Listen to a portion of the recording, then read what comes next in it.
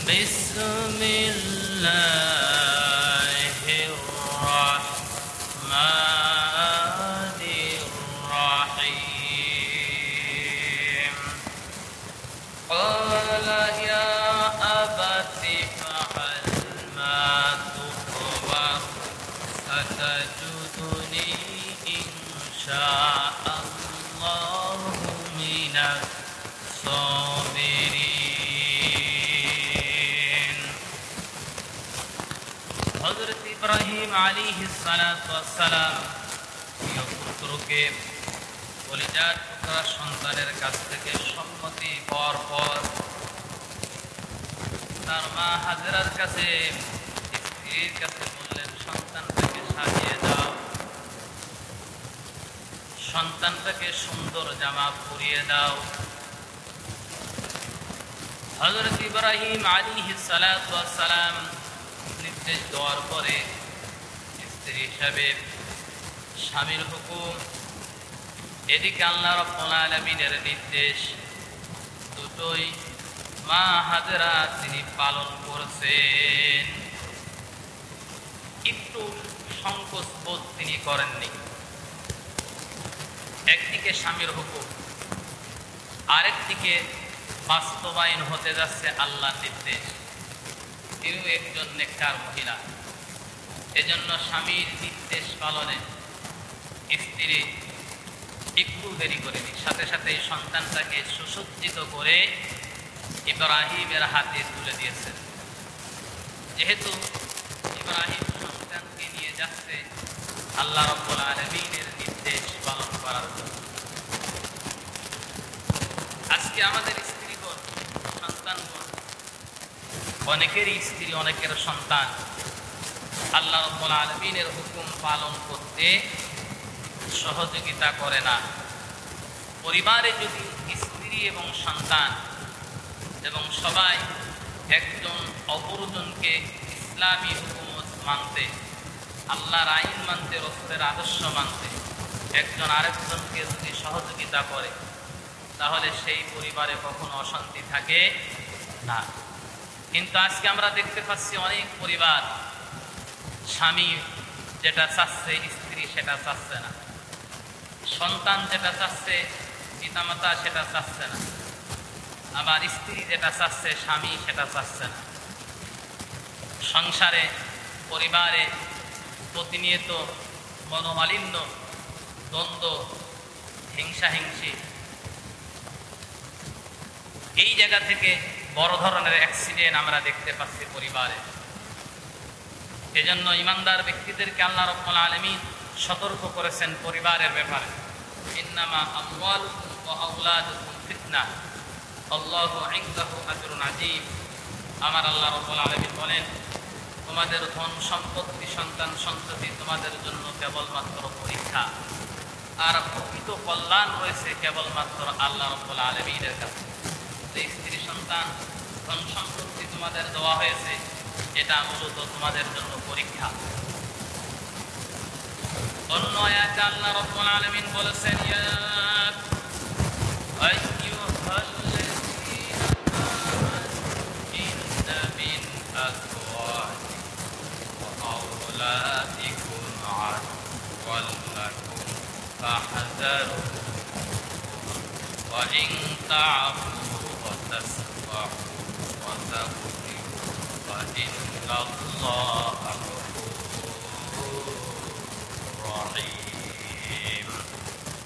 আল্লাহ রাব্বুল আলামিন বলেন, ইয়া আইয়ুহাল্লাযীনা আমানু, হে ঈমানদাররা, ইন্না মিন আযওয়াজিকুম ওয়া আওলাদিকুম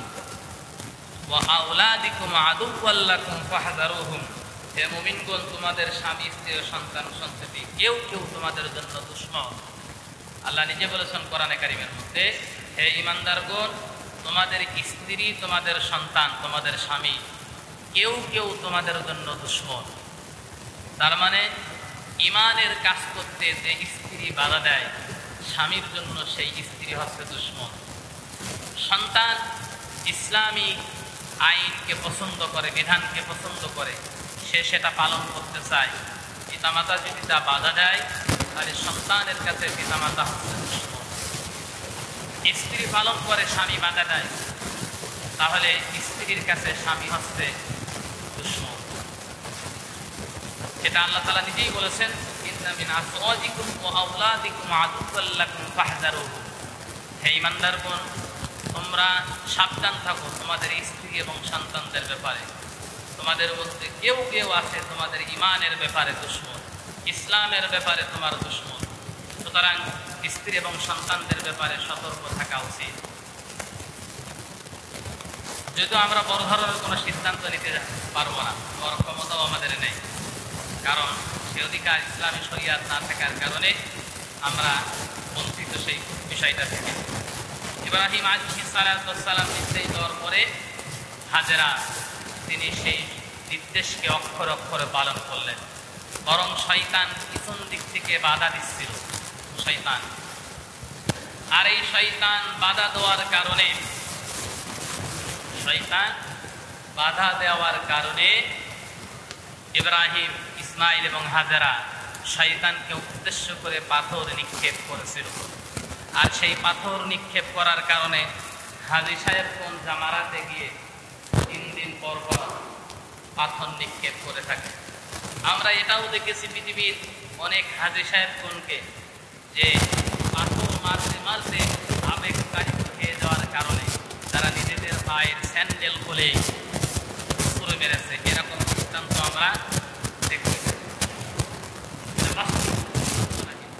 প্রত্যেকবারই এরকম হয়ে থাকে। আবেগতাড়িত মানে ক্ষোভ এবং রাগের ঠেলায় শয়তানকে তারা পাথর ছুঁড়তে রাগের কারণে নিজের পায়ের স্যান্ডেল খুলে তারা ছুঁড়ে মারত।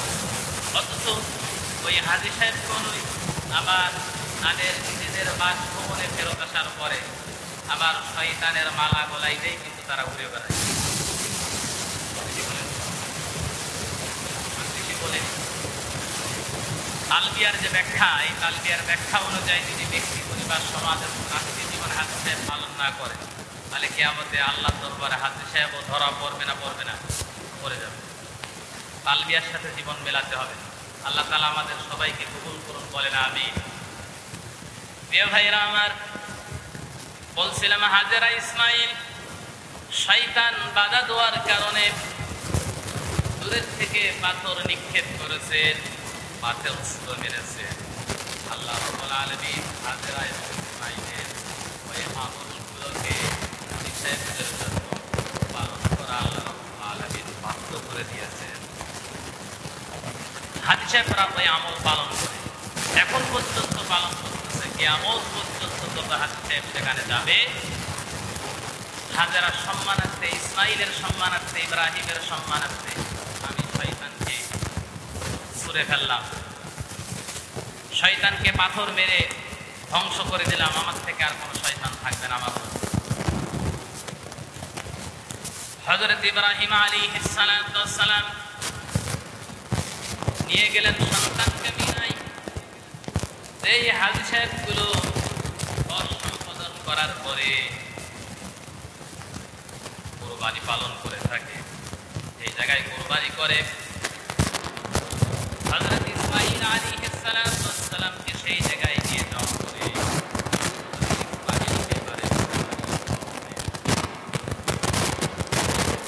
আল্লাহ রাব্বুল আলামিন ইব্রাহিমের ব্যাপারে বর্ণনা করতেছেন, ফালাম্মা আসলামা ওয়া তাল্লাহু লিল জাবিন ওয়া নাদাইনাহু আইয়া ইব্রাহিম। ফালাম্মা আসলামা ওয়া তাল্লাহু লিল জাবিন ওয়া নাদাইনাহু আইয়া ইব্রাহিম। আসলামা বলেছেন আল্লাহ তাআলা, আসলিম বলেন, আসলামা বলেন। তার মানে উভয় দুইজন যখন এই কাজ সম্পাদনে উভয় দুইজন যখন রাজি, একজন আরেকজনকে লিল জাবিন তারা কাজ করে শুইয়ে দিল। গরু জবাই করতে হলে কি করে শুইয়ে দিতে হয়? কাজ করে শুইয়ে দিতে হয়। যখন কাজ করে শুইয়ে দিল, আল্লাহ রাব্বুল আলামিন এই দৃশ্যগুলো দেখছে না দেখছে না? দেখছে। পিতা সম্মতি আছে, সন্তানের সম্মতি নাই। অথবা সন্তানের সম্মতি আছে, পিতার সম্মতি নাই, কুরবানি করা কখনোই সম্ভব হতো না। কুরবানি করতে হলে পারে সবার কি লাগবে? সম্মতি লাগবে, পিতারও সম্মতি লাগবে, সন্তানেরও সম্মতি লাগবে। উভয় দুইজন যখন সম্মতি দিয়েছে তখন আল্লাহ বলছেন ফালাম্মা আসলামা, উভয় দুইজন সম্মতি দিয়েছে। ওয়াতাল্লাহু লিল জাবিন, আর এই সম্মতি পাওয়ার পরে ইব্রাহিম তার সন্তানকে যখন শুইয়ে ফেলেছেন জবাই করার জন্য। এখানে তাফসীরের মধ্যে আমাদের দেশে অনেক ওয়াইজিং তারা ওয়াজ করে থাকে যে ইব্রাহিম তার সন্তানকে প্রথমে বেঁধে ফেললেন, চোখ বেঁধে ফেললেন, নিজের চোখ, সন্তানের চোখ বেঁধে ফেললেন, হাত পাও বেঁধে ফেললেন, গরু যেরকম বাঁধে। তারপরে ইসমাইল আব্বাকে বললেন যে আব্বা আমার হাত পাও খুলে দাও,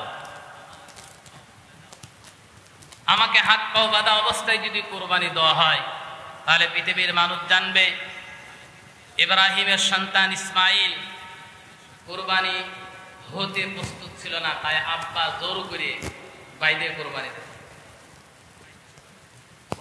এই তাফসীরটা আসলে গ্রহণযোগ্য তাফসীর নয়। নবীরা কখনোই নিজেদের সদায়িত্ব পালন করতে কখনো অবহেলা করেনি।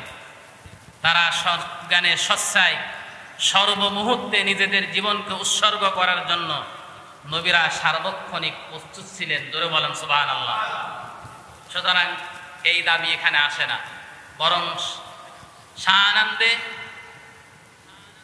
নিজে নিজ দায়িত্বে তার জীবনটাকে আল্লাহর জন্য উৎসর্গ করার ব্যাপারে পিতাকে সম্মতি দান করেছিলেন। সেখানে বেঁধে রাখার কোনো প্রশ্নই আসে না।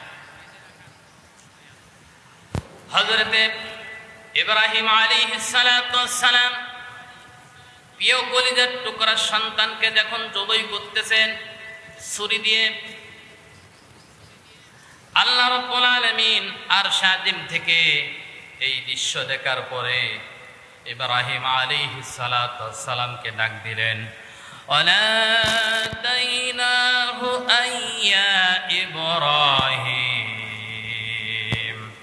ক্বাদ সাদ্দাকতার রুকইয়া ইন্না কাযালিকা নাজজিল মুহসিনিন। ইব্রাহিম আলাইহিস সালাতু ওয়াস সালামকে আল্লাহ রাব্বুল আলামিন ডাক দিলেন, ও ইব্রাহিম, ওয়ানাদাইনাহু ইয়া ইব্রাহিম, ও ইব্রাহিম থামো, ক্বাদ সাদ্দাকতার রুকইয়া ইন্না কাযালিকা নাজজিল মুহসিনিন, তুমি তো স্বপ্নকে সত্য পরিণত করে দেখিয়েছো। তোমার যে স্বপ্ন আমি দেখিয়েছিলাম প্রকৃত অর্থে তুমি তা বাস্তবায়ন করে দেখিয়েছো। আমি মূলত ইসমাইলের কুরবানি চাচ্ছি না, আমি চাচ্ছিলাম এতদিন পরে, অনেক দিন পরে আমি যে তোমার একটা সন্তান দিয়েছি, এই সন্তান পাওয়ার পরে সন্তানের মহব্বত আসলে বেশি না আমি আল্লাহ তাআলার মহব্বত বেশি, এটা পরীক্ষা করার জন্যই আমি এই খেলাটা খেলতেছে। ইব্রাহিম পরীক্ষায় পাস হয়েছে না হয়নি? আরো জোরে হয়েছে। ইব্রাহিম আলাইহিস সালাতু ওয়াস সালাম পরীক্ষায় পাস করে ফেলেছে। একটু দেরি করেন। আমরা আমাদের সন্তানদেরকে আল্লাহর জন্য কুরবানি দিতে প্রস্তুতি নয়, বরং সন্তান যদি ইসলামী আন্দোলন করে, দিন প্রতিষ্ঠার আন্দোলন করে, আমরা অনেক সময় সন্তানদেরকে এই বলে বোঝাই যে বাবা সময় ভালো না, সময়কে ভালো না, বিপদ আপদ চারদিক থেকে খবরদার, এখন এই কাজ করার সময় না, যখন ভালো দিন আসবে তখন তুমি এই কাজ করো। অথবা এমন প্রতিবন্ধকতা তৈরি করে, এরকম হাজারো দৃষ্টান্ত নজির এই পৃথিবীতে আছে। অথচ সন্তান যদি ইসলামের পথে চলতে চায়, ইসলামী হুকুমত প্রতিষ্ঠার কাজে নিজেকে নিয়োজিত করতে চায়, ওই পিতামাতা তো নিজেকে সৌভাগ্যবান মনে করা উচিত যে আমার সন্তান এমন কোন আন্দোলনে শরীক হয়নি যে আন্দোলন করা মুসলিমদের জন্য কুফরি, ঈমান চলে যায়, বরং সে আল্লাহর জন্য উৎসর্গ করতে পেরে নিজেকে ধন্য হয়েছে। বরং পিতামাতার সাথে, সন্তানের সাথে পিতামাতাও নিজেকে ধন্য মনে করবে।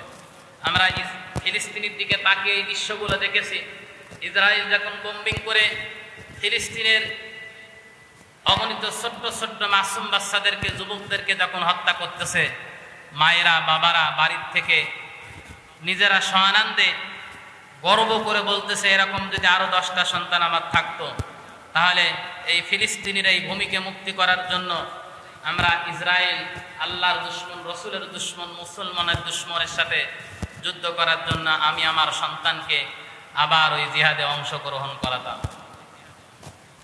এ ভাইরা আমার, ওই সমস্ত মাই সৌভাগ্যবান ব্যক্তি যারা নিজেরা নিজেদের সন্তানদেরকে ইসলামের পথে অগ্রগামী করতে পারে। প্রিয় ভাইরা আমার, আল্লাহ রাব্বুল আলামিন ইব্রাহিম আলাইহিস সালামকে পরীক্ষা করলেন। এর আগের সপ্তাহে আমি আপনাদেরকে বলেছিলাম, নবীরা যেখানেই পরীক্ষা দেন সেখানেই পাশ করেছেন, আর পাশ করার সাথে সাথেই আল্লাহ রাব্বুল আলামিনের পক্ষ থেকে পুরস্কার ঘোষিত হয়েছে, পুরস্কার দিয়েছেন। কি পুরস্কার দিলেন? জিবরাইল আলাইহিস সালামকে আল্লাহ রাব্বুল আলামিন পাঠিয়ে দিলেন, বললেন, জিবরাইল জান্নাত থেকে একটা দুম্বা নিয়ে যাও। ওয়াফাদাইনাহু বিযিবহিন আযীম ওয়া তারাকনা আলাইহি ফিল আখিরিন সালামুন আলা ইব্রাহিম। আল্লাহ রাব্বুল আলামিন বললেন, ওয়াফাদাইনাহু, আমি ফিদিয়া দিয়ে দিলাম। কার বিনিময়? জীবনের বিনিময়। ইসমাইলের জীবনের বিনিময় ফিদিয়া দিলাম। মানুষ যখন সাদকা করে, জানের বদলে কি করে? জান সাদকা করে না? জানের বদলে জান সাদকা করে। এটা একটা মাসালা। কিন্তু কোনো বিপদ আপদে যদি কোনো মানুষ বিপদগ্রস্ত হয়, তখন মায়েরা সন্তানের জন্য আল্লাহর কাছে প্রাণ ভিক্ষা চায়, আল্লাহ আমার সন্তানটাকে বাঁচিয়ে দাও। এই সন্তানের জীবনের বিনিময়ে আমি একটা ছাগল, একটা গরু, একটা মুরগি তোমার রাস্তায় আমি কি করে দিলাম? সাদকা করে দিলাম, দান করে দিলাম। এটা কিন্তু একটা সুন্নত তরিকা, এটা ভালো একটা জিনিস। তবে হাইদের মসজিদে দান করতে হবে বিষয়টা কিন্তু এরকম না। বোঝাতে পারিনি মনে হয় নাকি? আমরা তো মাজারেই দান করি নাকি? ইসলামী শরিয়াত মাজারে দান করাকে অনুমোদন করেনি, বরং এটা শিরিক। ওটা কি? ওটা আপনি গুনাহ করবেন। সাদকা আল্লাহর জন্য উৎসর্গ হবে, আর সাদকা পাবে হচ্ছে গরিব, মিসকিন, অসহায় মানুষগুলো। 8টা খাতের যে কোনো একটা খাতে সাদগার টাকা বা সাদগার ছাগল দান হয়ে যাবে, ব্যবহার হয়ে যাবে। ওই কথাটা সূরাতুত তাওবার 60 নম্বর আয়াতে আমার আল্লাহ রাব্বুল আলামিন বর্ণনা করেছেন। আপনি যখনই সাদকা করবেন ওই আয়াতটা দেখে তারপরে সাদকা করবেন। আল্লাহ রাব্বুল আলামিন এই জন্য বলতেছেন, ওয়াফাদাইনাহু বিযিবহিন আযীম, আমি ইসমাইলের বিনিময়ে ফিদিয়া দিয়ে দিলাম। আর ফিদিয়া সাধারণ কোনো জিনিস নয়, দুনিয়ার কোনো টাকা পয়সা সম্পদ নয়। আল্লাহ রাব্বুল আলামিন হযরতে ইসমাইলের পরিবর্তে এমন ফিদিয়া দিয়েছেন, দুনিয়ার কোনো সম্পত্তি দিয়ে দেননি। আমার আল্লাহ রাব্বুল আলামিন জান্নাত থেকে একটা দুম্বা নিয়ে এসে ইসমাইলের পরিবর্তে ফিদিয়া দিয়েছেন, জানের বদলে জান দিয়েছেন, কুরবানি দিয়েছেন। হযরত ইব্রাহিম আলাইহিস সালামের ছুরির নিচের থেকে ইসমাইল আলাইহিস সালামকে হযরতে জিবরাইল আলাইহিস সালাম উঠিয়ে নিলেন, আর জান্নাতি দুম্বা ইব্রাহিমের ছুরির তলে ধরলেন। ধরার সাথে সাথেই হযরত ইব্রাহিম আলাইহিস সালাম দুম্বাটাকে জবাই করে ফেললেন। জবাই করার সময় যে বাক্যটা তিনি ঘোষণা করেছিলেন, বিসমিল্লাহি আল্লাহু আকবার, এখনো মুসলমান কখনো কোনো অবস্থায় কোনো পশু পাখি জবাই করার সময় তারা কিন্তু এই দোয়াটাই পড়ে থাকে, বিসমিল্লাহি আল্লাহু আকবার। এইভাবে জবাই করেন। হযরতে ইসমাইল আলাইহিস সালাম আল্লাহ রাব্বুল আলামিন বাঁচিয়ে দিলেন। ইসমাইলের পরিবর্তে দুম্বা জবাই হয়ে গেল। আর আল্লাহ রাব্বুল আলামিন বললেন ওয়াতারাকনা আলাইহি ফিল আখিরিন সালামুন আলা ইব্রাহিম। বিষয়টা আমি কিয়ামত পর্যন্ত আমি চালু রেখে দিলাম।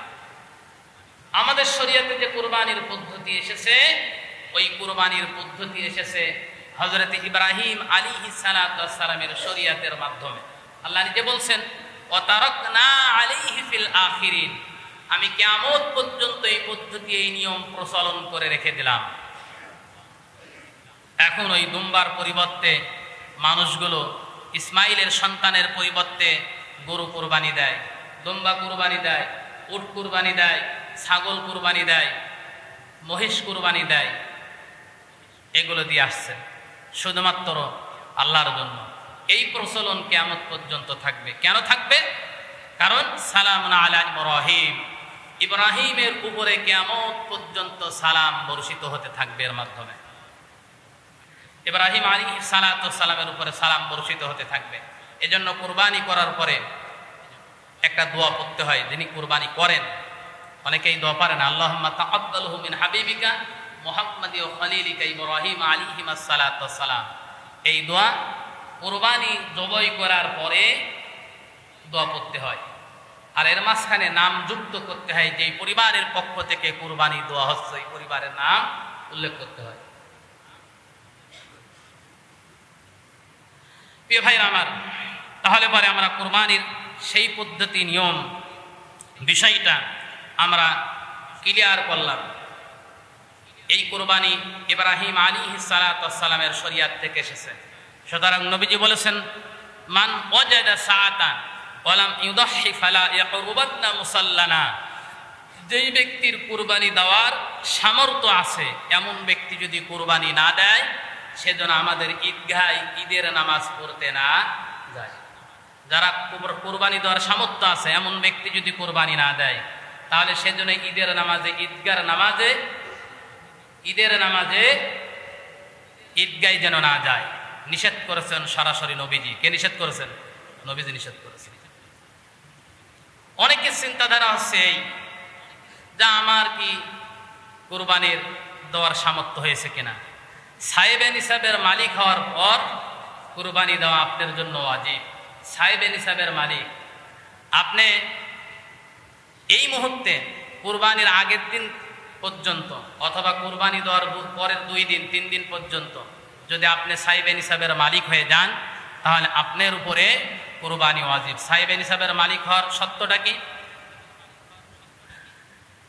আপনার যাকাত দেওয়ার জন্য 1 বছর শর্ত আছে সম্পদের। যাকাত দেওয়ার জন্য 1 বছর কি আছে? শর্ত আছে। কিন্তু কুরবানি দেওয়ার জন্য 1 বছর শর্ত নয়।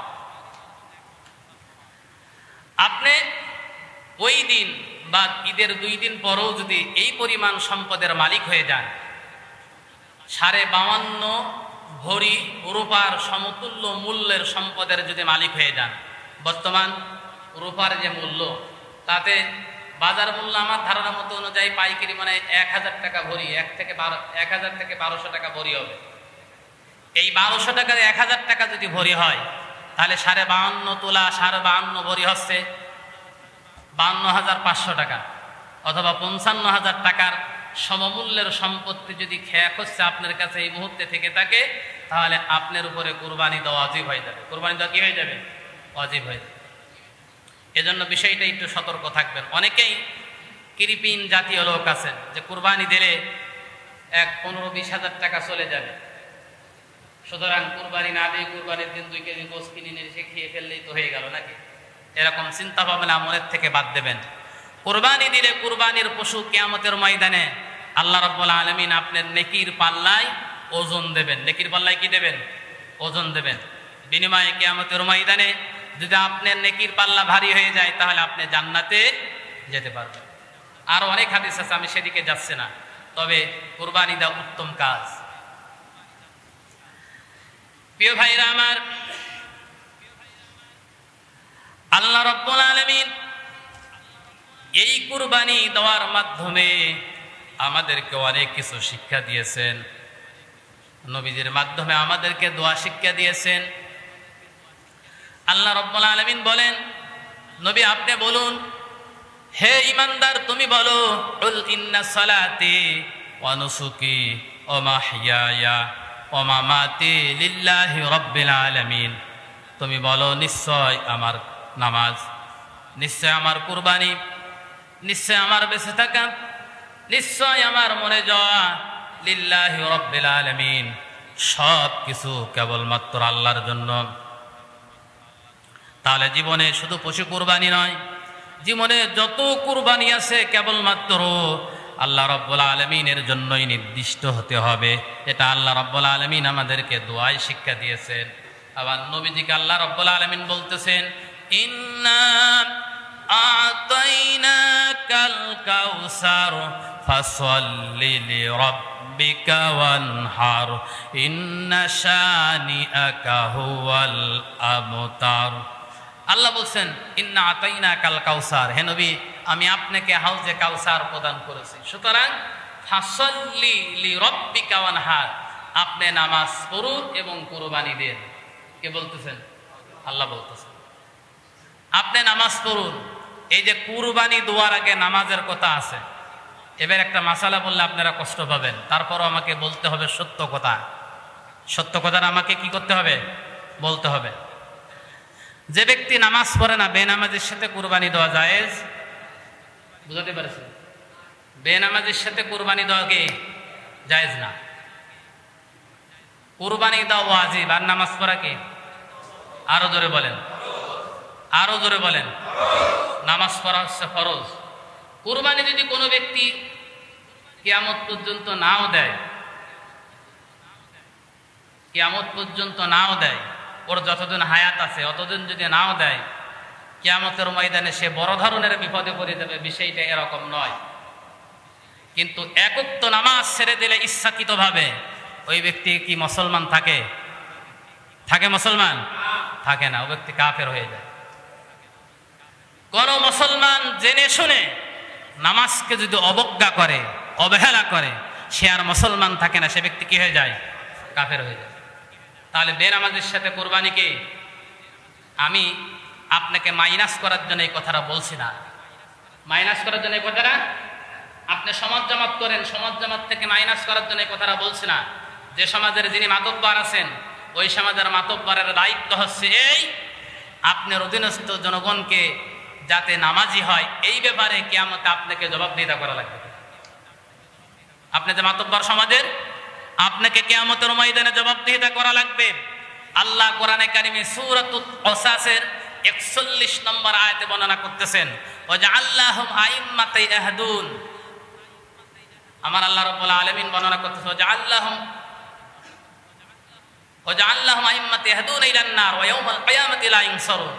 আমার আল্লাহ বলতেছেন, এই পৃথিবীতে অগণিত অসংখ্য মানুষকে আমি নেতৃত্বর আসনে বসিয়েছি, মর্যাদা দিয়েছি, সম্মান দিয়েছি, কিন্তু তিনি তার অধীনস্থ জনগণকে জান্নাতে যাওয়ার বিপরীত জাহান্নামের পথে পরিচালিত করার জন্য সহযোগিতা করেছে। তাহলে নেতাদের দায়িত্ব হচ্ছে তার অধীনস্থ জনগণকে জান্নাতের পথে কি করা? পরিচালিত করা। এটা নেতাদের দায়িত্ব। আর নেতারা যদি এই দায়িত্ব পালন না করে, কিয়ামতের ময়দানে তারা আসামি হয়ে যাবে। এই ইউনিয়নের চেয়ারম্যান কিয়ামতে আসামি হবে। এই ইউনিয়নে যতগুলো লোক আছে তারা যদি নামাজি না হয়, কিয়ামতে তিনি আল্লাহর দরবারে আসামি হয়ে যাবে। এই ওয়ার্ডের যিনি মেম্বার, ওই মেম্বার কিয়ামতের ময়দানে আসামি হয়ে যাবে। এই তার ওয়ার্ডের অধীনস্থ জনগণ যদি নামাজ না পড়ে, তিনি যদি নামাজের নির্দেশ না দেন। বিষয়টা এত সহজ বিষয় নয়। আবারও বলছি, কুরবানির আগে আল্লাহ নামাজের কথা বলেছেন। কুরবানির আগে আল্লাহ কিসের কথা বলেছেন? নামাজের কথা বলেছেন। এজন্য যিনি কুরবানি দেবেন, যার সাথে আপনি ভাগী দেবেন, অবশ্যই তাকে যাচাই করবেন। অবশ্যই তাকে কি করবেন? যাচাই করবেন। অনেকে আবার বলতে পারে, একজন প্রশ্নও করে ফেলেছে, হুজুর বেনামাজির সাথে তো যা কুরবানি হয় না, তাহলে আমরা একটা কাজ করি, সমাজে যে এই কয়জন আমরা বেনামাজি আছি, ওই কয়জন এক জায়গায় কুরবানি দিই। ওই কয়জন আমরা কি এক জায়গায় কুরবানি দিই, আর নামাজি যারা আছে ওরা সবাই এক জায়গায় কুরবানি দেব। প্রিয় ভাইরা আমার, সুদের ক্ষেত্রে তওবার শর্ত আছে 1 বছর। কয় বছর? মাসলা শোনেন, সুদের ক্ষেত্রে তওবা আছে, তওবার শর্ত আছে 1 বছর। কিন্তু নামাজের ক্ষেত্রে তওবার শর্ত 1 বছর নাই, তাৎক্ষণিক, সাথে সাথে। মাসালা বলছি, তার মানে কোনো ব্যক্তি যদি সুদ খায়, সুদ খাওয়ার পরে সমাজের লোক জানলো এই লোকটা সুদখোর, সুতরাং একজন আগ্রহে দাঁড়া গেল সুদখোরের সাথে আমি কোরবানি দেবো না। সুদখোর যদি সাথে সাথে তওবা করে যে আমি তওবা করলাম সুদ আর কোনোদিন খাবো না, তাহলে এই তওবার সত্য দেখতে হবে কতদিন পর্যন্ত? 1 বছর পর্যন্ত অপেক্ষা করা লাগবে।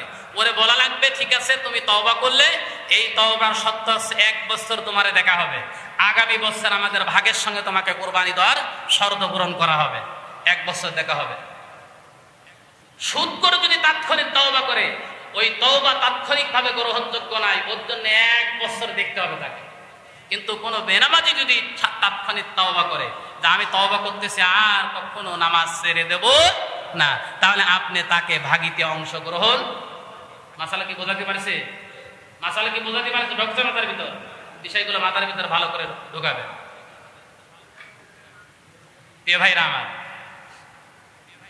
এজন্য খুব সাবধান। আমি আমার হক কথাগুলো আপনাদের কাছে বলে দিচ্ছি, কেউ যদি বেজার হন আমার কিছু করার নাই, কারণ আমি এখানে দাঁড়িয়েছি সত্য কথা বলার জন্য। জোরে বলেন ঠিক কিনা? আমি কারোর দিকে তাকিয়ে কোনোদিন কথা বলি না, তবে উগ্র মিজাজে আমি কোনোদিন বক্তব্য দিই না। অন্যান্য আমি বক্তব্য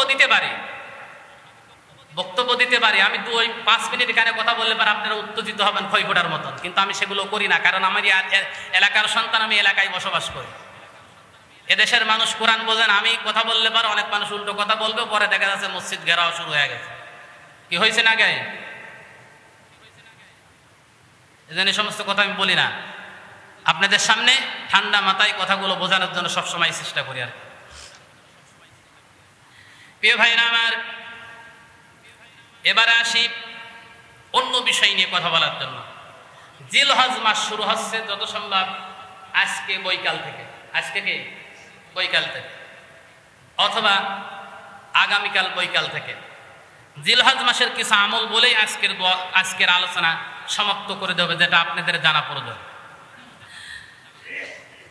রাসূল সাল্লাল্লাহু 979 নম্বর হাদিস, তিরমিজি শরীফ 757 নম্বর হাদিস। এই হাদিসের মধ্যে দেখবেন জিলহজ মাসের প্রথম 10 দিনের ফজিলত আল্লাহ রাব্বুল আলামিনের কাছে অনেক, নবীজি আমাদের কাছে যা বর্ণনা করেছেন। এজন্য জিলহজ মাসের প্রথম 10 দিন বেশি বেশি আমল করা দরকার, যে আমলগুলো আল্লাহর কাছে অত্যন্ত প্রিয়। আল্লাহ রাব্বুল আলামিন এই পৃথিবীর গণনা অনুযায়ী মাস করেছেন 12টা মাসে বিভক্ত করেছেন 365 দিনকে। এই 365 দিনের মধ্যে 12টা মাস আছে। 12টা মাসের মধ্যে সবচাইতে সম্মানিত মাস হচ্ছে 4টা। কয়টা? 4টা মাস আল্লাহর কাছে সম্মানিত। সেই 4টা মাস কি? একটা হচ্ছে জিলকদ, জিলহজ আর মুহররম, পরপর 3টা মাস। আরেকটা মাস আছে রজব মাস। আল্লাহ তাআলা সূরাতুত তাওবার 36 নম্বর আয়াতে তথ্যটা দিয়েছে, ইন্না ইদ্দাতাশ শুহুরি ইনদাল্লাহি 12 শাহরান ফি কিতাবিল্লাহ ইয়াওমা খালাকাস সামাওয়াতি ওয়াল আরদ আরবাআতা হুরুম। 4 মাসকে আমার আল্লাহ রাব্বুল আলামিন সম্মানিত মাস বলেছেন।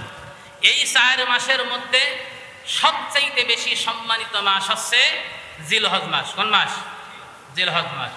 আবার ওই জিলহজ মাসের 30 দিনের মধ্যে সবচেয়ে সম্মানিত যেই কয়দিন, সেই কয়টা দিনকে আল্লাহ তাআলা নিজেই শপথ করেছেন, সেটা হচ্ছে 10 দিন। কয়দিন?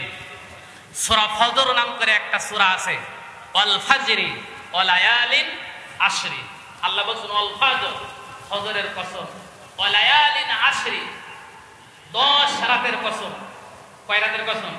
এই 10 রাত বলতে জিলহজ মাসের 10 রাত। 10 রাত মানে কি? জিলহজ মাসের 10 রাতের কসম খেয়েছেন আল্লাহ তাআলা। আল্লাহর কসম মানে বুঝতেছেন তো আপনি নাকি? আল্লাহ কোন জিনিসের কসম খান না, যেটা খুব গুরুত্বপূর্ণ সেই জিনিসের কসম আল্লাহ নিজে খান। তখন আল্লাহ নিজে বলছেন ওয়াল ফাজরি ওয়া লায়ালিন আশরি।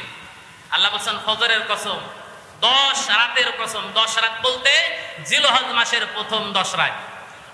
এই 10 রাত অত্যন্ত গুরুত্বপূর্ণ মাস রাত। এজন্য আমি আপনাদেরকে বলছি এই 10টা দিন, এই 10টা রাত অবহেলায় কাটাবেন না। অবহেলায় কি কাটাবেন না। এই 10টা রাত অত্যন্ত গুরুত্বপূর্ণ মাস রাত। এই 10 রাতে দোয়া কবুল হয়। আপনারা নিজেদের প্রয়োজন সেরে 10 রাতে আপাতত আল্লাহর কাছে ধর্ণা দেওয়ার জন্য একটু চেষ্টা করবেন। এটা আমি আপনাদেরকে বলছি ওই হাদিসের সূত্র ধরে। আমি হাদিসের আরবি রেয়াতগুলো বলছি না, লম্বা হয়ে যাবে। শুধুমাত্র যে মূল কথাটা এসেছে সেই মূল কথাটা বলছি, যে নেক আমল, বেশি বেশি নেক আমল করার জন্য ওই কয়টা হাদিসের মধ্যে যেটা আমি সূত্র বলে দিয়েছি, হাদিসের নাম্বার বলে দিয়েছি, ওই হাদিসের মধ্যে তা উল্লেখ করে দেওয়া হয়েছে। এই 10 দিন বেশি বেশি দিনের বেলায়, রাত্রে বেলায় আপনি রাস্তায় যখন ঘুরবেন, যখন একাকী বসে থাকবেন, যখন কোনো কাজে নিয়োজিত থাকবেন, বেশি বেশি তাকবীর পাঠ করবেন, তাহমিদ পাঠ করবেন, তাহলিল পাঠ করবেন। তার মানে সুবহানাল্লাহ, আলহামদুলিল্লাহ, লা ইলাহা ইল্লাল্লাহ, আল্লাহু আকবার, আস্তাগফিরুল্লাহ, লা হাওলা ওয়ালা কুওয়াতা ইল্লা বিল্লাহ, এরকম তাসবিহগুলো অনাগত আপনি পালন করতে থাকবেন। এটা রাসূলের হাদিস। এই হাদিসটা আছে মুসনাদে আহমদের 5456 নম্বর হাদিসের মধ্যে উল্লেখ করা হয়েছে। এরপরে নবীজি বলেছেন নাসাই শরীফের 1417 নম্বর হাদিসের মধ্যে উল্লেখ করা হয়েছে, তোমরা যদি পারো প্রথম জিলহজ, পয়লা জিলহজ থেকে 9 জিলহজ পর্যন্ত তোমরা এই 9 দিন রোজা রাখবা। কয় দিন? 9 দিন রোজা পালন করবা, কারণ আল্লাহর কাছে এই 9 দিনের রোজা অত্যন্ত গুরুত্বপূর্ণ রোজা। এরপর আরেকটা আমল শিক্ষা দিচ্ছি আমি আপনাদেরকে, যারা কুরবানি নিয়ত করেছেন, কুরবানি নিয়ত করা ব্যক্তিরা তারা চুল, নখ জিলহজ মাসের 1 তারিখ থেকে কুরবানি দেওয়ার আগ পর্যন্ত আপনারা চুল এবং নখগুলো কাটতে পারবেন না। যদি কাটতে হয় আজকে মাগরিবের আগে আপনারা কেটে সব শেষ করবেন। যদি কাটতে হয় নিজেকে পরিষ্কার পরিচ্ছন্ন পবিত্র করতে হয়। ভিতরের লোমগুলো, মাথার লোমগুলো, দাড়িগুলো, এরপরে মোজগুলো, এই নখগুলো আপনারা আজকে সন্ধ্যার ভিতরে কেটে ফেলবেন যারা কাটেননি। এই 10 দিন কাটতে পারবেন না। যদি না কাটেন তাহলে আপনাদের আমলনামায় অনেক নেকি লেখা হবে, সব লেখা হবে। এই হাদিসটা আছে মুসলিম শরীফের 1977 নম্বর হাদিসের মধ্যে তা উল্লেখ করে দেওয়া হয়েছে। প্রিয় ভাইরা আমার, কোনো ব্যক্তি যদি 1 থেকে 9 দিন পর্যন্ত রোজা রাখতে না পারে, তাহলে সেজন্য আরাফার দিনে, 9 জিলহজের দিনে যেন সে রোজা রাখে। 9 জিলহজের দিনে যদি কোনো ব্যক্তি রোজা রাখে, আল্লাহ নবী বর্ণনা করেছেন, এই হাদিসটা আছে আবু দাউদ শরীফ 2425 নম্বর হাদিস। এটা আল্লাহ নবী বলেছেন, যে ব্যক্তি 9 জিলহজ 9 তারিখের দিনে রোজা রাখবে, তার পিছনের 1 বছর আর সামনের 1 বছরের গুনাহ আল্লাহ তাআলা তার মাফ করে দেবেন। জোরে বলেন সুবহানাল্লাহ। 9 জিলহজের দিন আপনি রোজা রাখবেন। আমি হাদিসের আরবি রেওয়ায়াত বলছি না, শুধু বাংলা বলছি। মুসলিম শরীফ কি আবু দাউদ শরীফ 2425 নম্বর হাদিসের মধ্যে দেখেন আছে। এরপরে আসেন, আয়ামে তাশরিক আছে আপনাদের জন্য। আয়ামে কি আছে? তাশরিক। এই হাদিসটা আছে আবু দাউদ শরীফের 1813 নম্বর হাদিস। 9 জিলহজ ফজর থেকে, আবার বলছি 9 জিলহজ ফজর থেকে 13 জিলহজ আসর পর্যন্ত প্রতি ফরজ নামাজের পর পর একবার করে, কমপক্ষে একবার করে কি করা? আয়ামে তাশরিক তেলাওয়াত করা। আয়ামে তাশরিক ওই যে আমরা পড়ি না জিলহজ মাসে কি করি বলেন তো দেখি? আল্লাহু আকবার, আল্লাহু আকবার, লা ইলাহা ইল্লাল্লাহ, আল্লাহু আকবার, আল্লাহু আকবার, লিল্লাহিল হামদ। ফরজ নামাজ যখন শেষ হয়ে যাবে, ফরজ নামাজ শেষ হয়ে যাওয়ার পরে আপনি এই দোয়াটা একবার করে পড়বেন। কয়বার করে? অনেকে আছে 2-3 বার পড়েন। 2-3 বার পড়তে আমি নিষেধ করছি না, হাদিসে একবারের কথাই আছে, আপনি পড়লে পড়তে পারেন। একবার করে পড়ার জন্য কি করবেন? চেষ্টা করবেন। সালাম ফিরানোর পরে ইমাম এবং মানে মুসল্লি আপনি যখন একাকী নামাজ পড়বেন তখনও পড়বেন। এটা একটা ভালো আমল। এরপরে আসেন, আমরা বলছিলাম যে 4টা মাসের মধ্যে, 12টা মাসের মধ্যে 4টা মাস সম্মানিত। 4টা মাসের মধ্যে সবচাইতে বেশি সম্মানিত মাস হচ্ছে জিলহজ মাস। ওই জিলহজ মাসের 30 দিনের ভিতরে সবচাইতে বেশি সম্মানিত হচ্ছে 10 দিন। ওই 10 দিনের সবচাইতে বেশি সম্মানিত হচ্ছে ইলা ইয়াউমে আরাফা। আরাফার দিন। কোন দিন? আরাফার দিন। কোন দিন? আরাফার দিন। প্রিয় ভাইরা আমার, এই দিনে আপনারা বেশি বেশি আমল করার জন্য চেষ্টা করবেন। আল্লাহ তাআলা আমাদের সবাইকে কবুল করুন। ধরে বলেন আমিন। কোরআনে কারীমের মধ্যে আল্লাহ তাআলা বহু জায়গায় এই কথাগুলো উল্লেখ করেছেন এবং নবীজি হাদিসের মধ্যে উল্লেখ করেছেন। আমরা সেই উল্লেখিত আয়াত এবং হাদিসের সরাসরি আরবি রেওয়ায়াত কোটেশন না দিয়ে বাংলাগুলো আপনাদের সময়ের সংক্ষেপের কারণে বললাম। আগামী সপ্তাহে আমরা যে তার একটি সপ্তাহ পাবো বন্টন নীতি এবং কুরবানি পরবর্তী শিক্ষা সম্পর্কে বিষয় সম্পর্কে আমরা আলোচনা করার চেষ্টা করব ইনশাআল্লাহ। বিমাশিয়াতিল্লাহি তাআলা ওয়া মা তাওফীকি ইল্লা বিল্লাহ। পাশাপাশি কাদের কুরবানি কবুল হবে? মুখবিতিন বান্দাদের কুরবানি কবুল হবে, মুত্তাকি বান্দাদের কুরবানি কবুল হবে। মুত্তাকি বান্দা কারা, মুখবিতিন বান্দা কারা, এর দৃষ্টান্ত আমি আগামী সপ্তাহে তুলে ধরার চেষ্টা করব। প্রিয় ভাইরা আমার, আমরা এখানে আলোচনা শেষ করছি। মসজিদের দেখেন কাজকর্ম প্রায় শেষের দিকে আর কি।